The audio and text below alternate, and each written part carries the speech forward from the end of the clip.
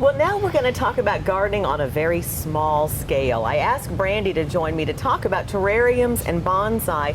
And Brandi, terrariums, I remember terrariums being very popular in the 60s and 70s. Yeah, the terrariums got their start in the 60s and 70s, and they've really bounced back in the last probably 5 years or so. Well, why do you think that is?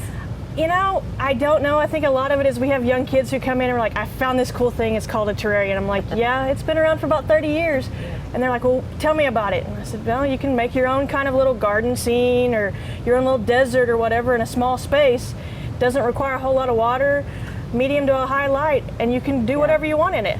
Well, and it may be too for people in offices if they have just a small desktop or small apartments. Yeah. It's a great option for them. But you have to do it right in order for everything to live. Right. So give us a sense of this. You've got two different terrariums. Right. Here. I've got a succulent terrarium and I've got a small tropicals terrarium.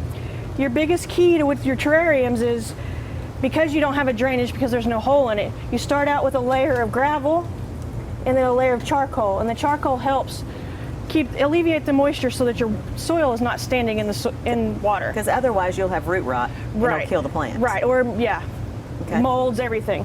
And then you do a small layer of soil and then you just pick the plants that you want and you can design whatever you want. I mean, with we've got a new line of itty bitties.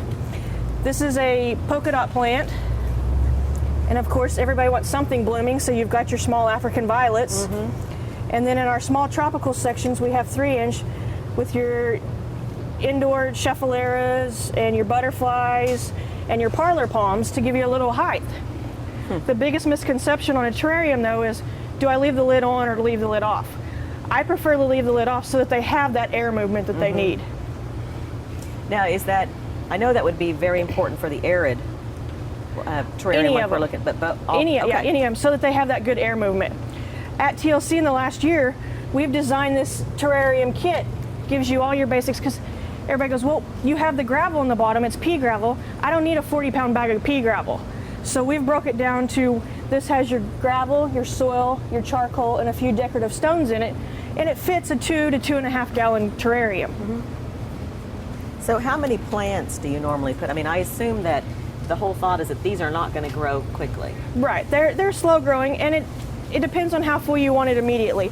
I typically do somewhere between 3 and 5, depending on the size of my terrarium. Now, how often do you water?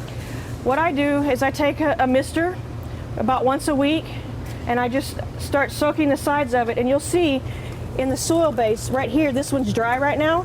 So when you water it, you'll start seeing the water slowly start creeping up in the gravel, and when I get up to about the top of the gravel, that's all the water I put in it. So how long would it take you misting to get that amount of water? 2 to 5 minutes, just depends on how. Okay.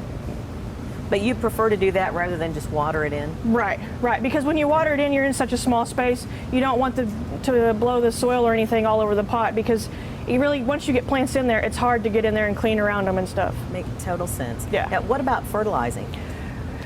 Most of the time, you don't need a whole lot of fertilizer, but the fish emulsion is a good one because it's got the low rates. You don't want them to grow real fast because you've got such a small space. So if you use this is not a place for Miracle Grow, is it? Right, yeah. With Miracle Grow, you'd have a jungle in there in a couple months. So if you had a fish tank, could you use? Oh yeah, people. Fish water? Yeah, I've got a friend who has a fish tank that he's done carnivorous plants in. It's the first time I've ever seen a Venus flytrap actually bloom. You don't see these very often. No, and that's one of our biggest sellers. Of course, kids love it. Got a lot of guys who come in right before they go into their dorm room and say, I really want a plant, but I need something manly. And so they come and they get a Venus flytrap. So they'll take those flies right out of there. Yeah, and they really only require 4 to 6 a year, so it doesn't take a whole lot to maintain them, and water them once every couple weeks. Well, okay, so let's talk about first of all, before we go to bonsai, the light requirements. You said medium to high light. Yeah, just like any other tropical plant, medium. As long as it's within 4 to 5 feet of a good south or west window would be great. High lights can be directly in the window. What about like desk light? Does that work or not? Desk light, as long as it's on for 6 to 8 hours, would really work. Okay, so that would be a good option for an office. Yeah. Okay, Well, now let's talk about bonsai, because you and I were laughing before that a lot of people will say, oh, bonsai, that's a type of tree, and it's not, it's a style. Yeah, every day I have somebody come in and say, I want a bonsai tree, and I walk them up to the section and I say, I've got 10 bonsais available right now. No, I want the one that's bonsai. Well, bonsai is a style. It's a way of trimming the roots to keep it in a small stature. The biggest thing about bonsai over the years is I want it to look the oldest it can look, but on a small stature. That's how the Chinese and the Japanese developed it, was give me this tree that looks 100 years old, but is in a small space. So what kind of tree is that? This is a juniper. Juniper is the most common. You've seen it in the movies and all that. That's your typical bonsai tree. The one thing to know about bonsai is there's indoor and there's outdoor.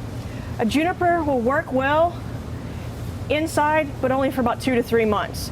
I mean, it is an outside tree, so its best location is going to be outside. Even in the winter, you dig a little hole, you plant the whole pot so that you can maintain that bonsai year round. Okay, and then you just pull it up Pull it up, spring. and you pull it up, people will pull it up, set it on their table or wherever they display it during the year. Well, and you're a great resource here at TLC for people to help understand how to trim the roots, because I know there's an art to it, isn't there? There is an art to it, yeah. Most bonsais are usually already started, so that you don't, for the beginner, they don't have to do a whole lot to it. They can just do the trimming to shape the tree they want to.